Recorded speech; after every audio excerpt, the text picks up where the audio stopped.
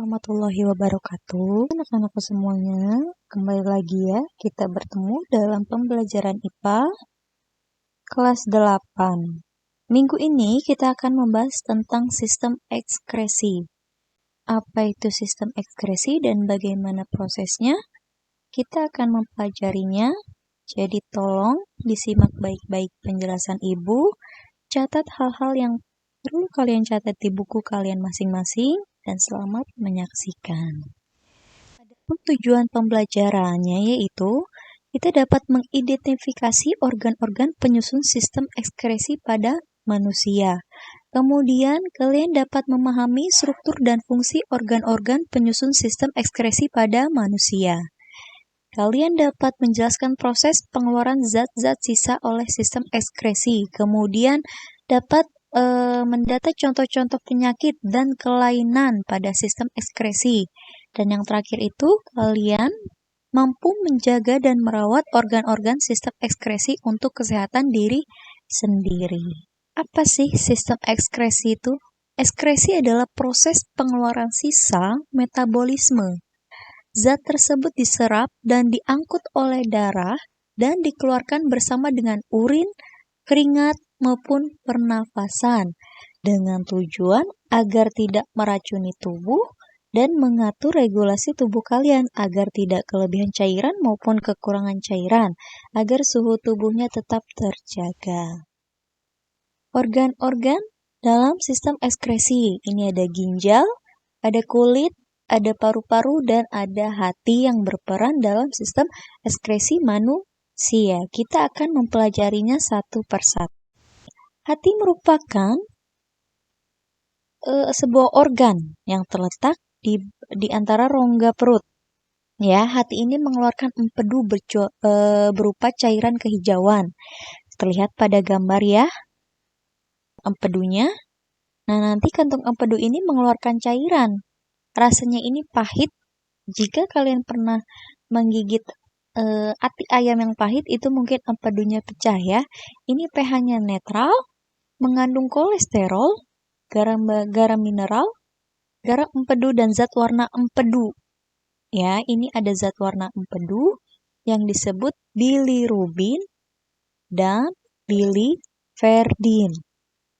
Ini merupakan rombakan hemoglobin. Ya, karena eritrosit yang telah mati pada bab sebelumnya sistem peredaran darah itu dirombaknya di mana, Nak? Di hati. Nah, hasil perombakannya ini menghasilkan bilirubin dan biliverdin. Untuk apa, Nak, bilirubin dan biliverdin? Ini untuk mewarnai urin feses kalian, ya. Untuk mewarnai urin, ya, dan mewarnai feses kalian.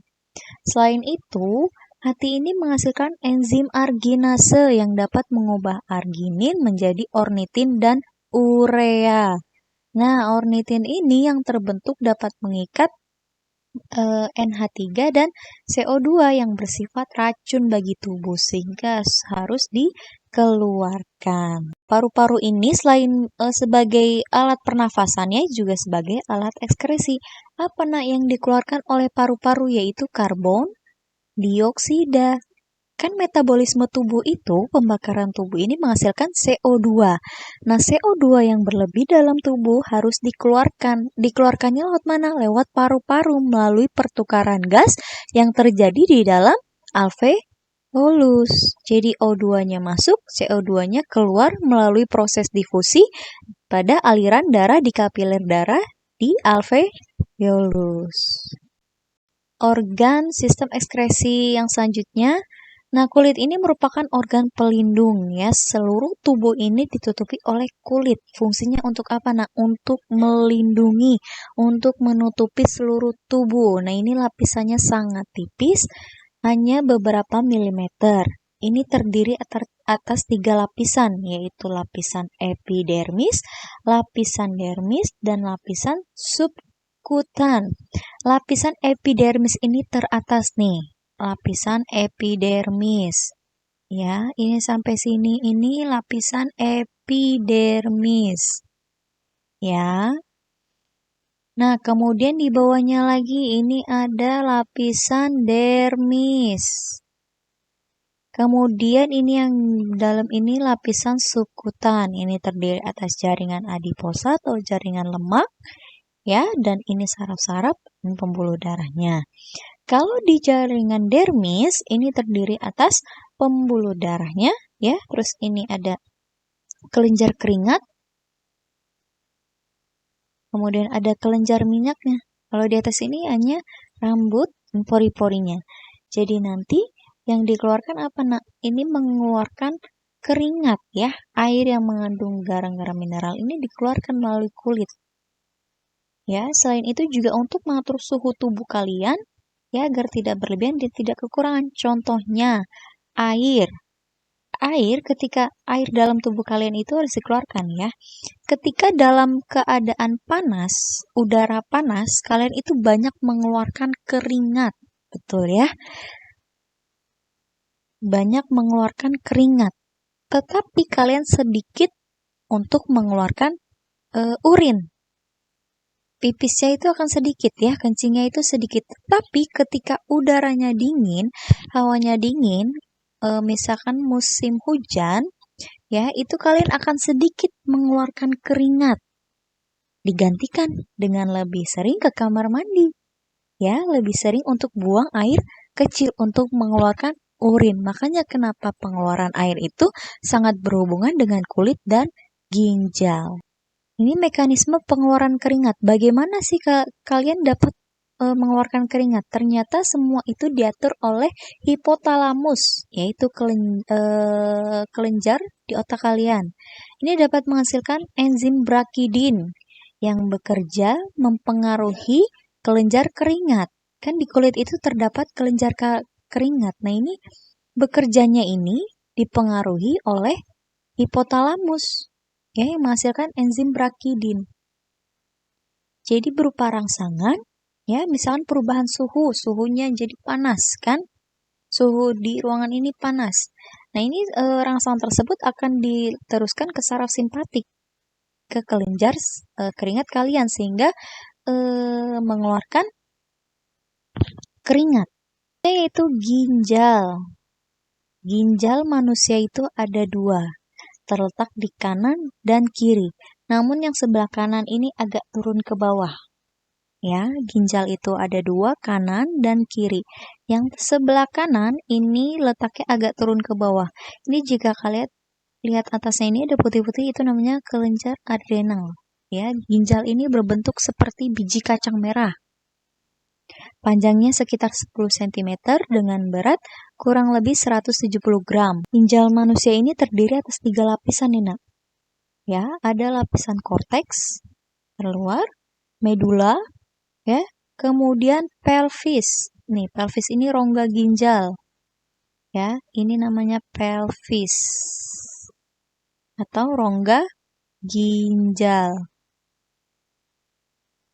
Fungsinya untuk mengeluarkan sisa metabolisme berbentuk urin. Urin ini mengandung air, urea, amonia, dan garam-garam mineral lainnya yang berbahaya bagi tubuh, sehingga harus dikeluarkan.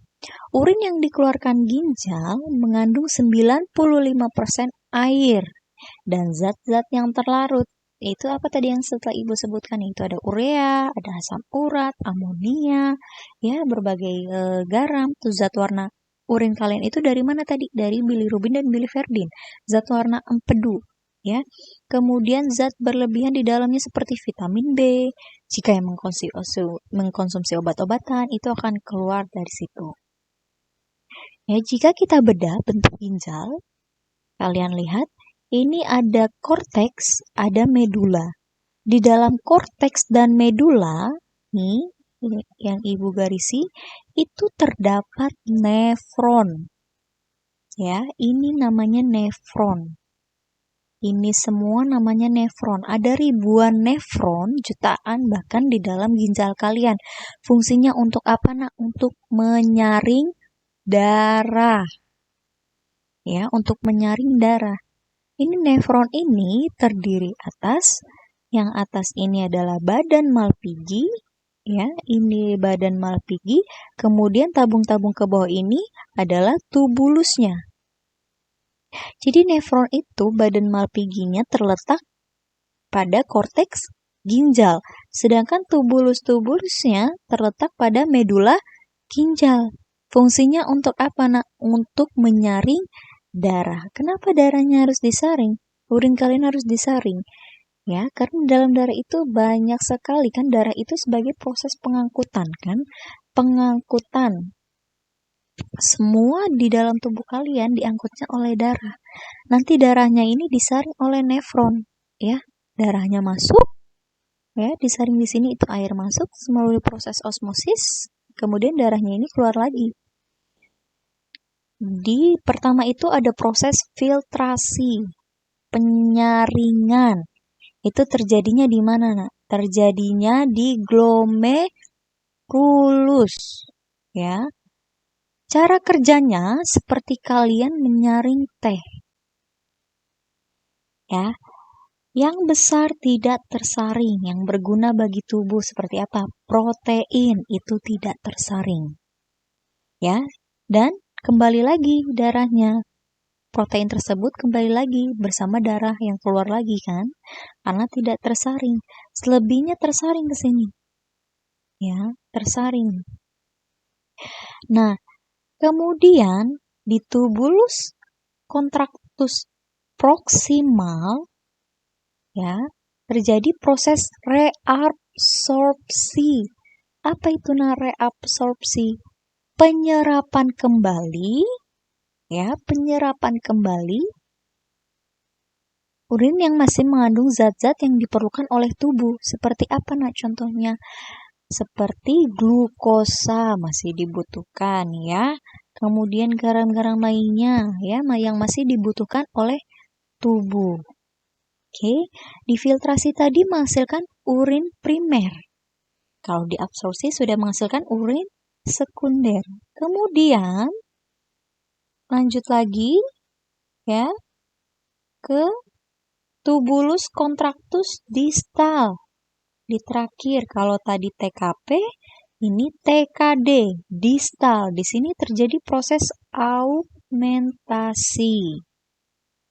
Ya, di sini terbentuk urin sesungguhnya. Sudah tidak ada lagi tuh yang namanya protein dalam urin kalian, glukosa dalam urin kalian. Ya, sudah tidak ada lagi sehingga terbentuk urin sesungguhnya yang akan dibuang, ya, melalui tubulus kolektivus, kemudian ke kantung kemih kalian, ya, kemudian ke ureter. Ureter dulu baru kantung kemih, kemudian dibuang. Ya, itulah proses pembentukan urin dalam tubuh kalian. Jadi kalau misalkan ada orang yang kencing manis, ya, pernah mendengar itu ada kerusakan di sininya.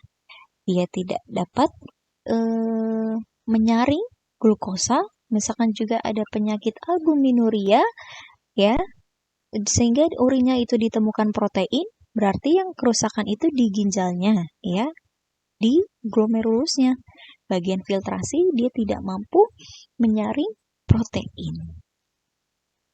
Gangguan dan kelainan dalam sistem ekskresi, tentu saja, ya, setiap sistem pasti kalau kita tidak menjaganya atau maupun bawaan genetik itu terdapat gangguan. Contohnya ini anuria, dia tidak dapat menghasilkan urin, kelainan pada ginjal. Albuminuria itu juga sama pada ginjal. Albumin itu protein.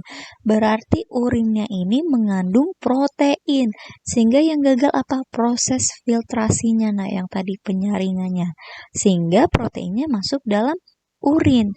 Kemudian nefritis, ini yang rusak nefronnya, ya, akibat infeksi bakteri Streptococcus. Ya, yang rusak nefritisnya sehingga tidak dapat melakukan proses penyaringan darah. Kemudian batu ginjal, ya, ini itu terbentuk dari endapan dari kalsium Ca. Kemudian garam-garam lainnya seperti asam urat, ya, garam-garam mineral lainnya itu dia akan mengendap, ya, endapannya ini makanya kenapa disebut batu, karena dia ada endapan. Ya, gumpalan seperti batu disebut batu ginjal. Ini biasanya sembuhkan dengan dilaser batu ginjalnya. Kemudian ada gagal ginjal. Ini kemampuan ginjalnya sudah tidak ada, yang rusak, ya. Ini juga masih sama di ginjal. Kemudian ada eksim. Eksim ini penyakit kulit. Ini berupa iritasi. Iritasi di kulit kalian, ya. Bisa disebabkan oleh alergi, ya, sehingga menghasilkan bisa gatal dan ruam-ruam. Itu eksim. Kemudian ada di hati itu gangguannya kelihatannya ada hepatitis. Ini disebabkan oleh virus hepatitis. Ya, hati-hati, virus ini dapat menular melalui makanan, terkontaminasi melalui makanan. Jika kalian satu sedotan dengan teman kalian yang memiliki hepatitis, ini akan menular ke kalian. Misalkan teman kalian minum es, kalian minta dari sedotannya itu sama-samanya, itu akan menular. Makanan yang tidak bersih akan tertular juga. Hepatitis ini menyebabkan zat warna empedu kalian tersebar ke seluruh tubuh kalian. Nah, ini disebut dengan penyakit kuning, ya, itu livernya yang rusak. Hatinya disebabkan oleh apa, nak? Virus. Makanya harus hati-hati dalam mengkonsumsi makanan. Mana upaya menjaga sistem ekskresi dalam tubuh kita, ya, agar terhindar dari penyakit-penyakit tersebut? Yang pertama, kita harus menjaga, ya, organ-organ yang ada dalam tubuh kalian. Halnya terlihat maksud ibu kulit. Permukaan kulit ini harus bersih. Makanya itu kenapa kita mandi, untuk membersihkan kulit kita agar tidak ada organisme lain. Nanti kalau misalnya ada jadi iritasi, hasilnya tadi ada eksim. Kemudian untuk paru-paru dapat dioptimalkan dengan olahraga secara teratur, ya. Karena kaitannya dengan kardiovaskular kalian, dengan peredaran kalian, ya. Ini harus olahraga secara teratur agar pernafasannya juga teratur. Menghindari asap rokok, ya, apalagi merokok, dan asap-asap industri lainnya. Istirahat yang cukup dan makanan yang bergizi. Kemudian untuk merawat hati kalian ini dengan tidak mengkonsumsi alkohol. Alkohol itu dapat pengerasan di hati sehingga hati kalian jadi rusak. Olahraga tidak berlebihan, ya, dan hidupnya tenang, tidak tergesa-gesa.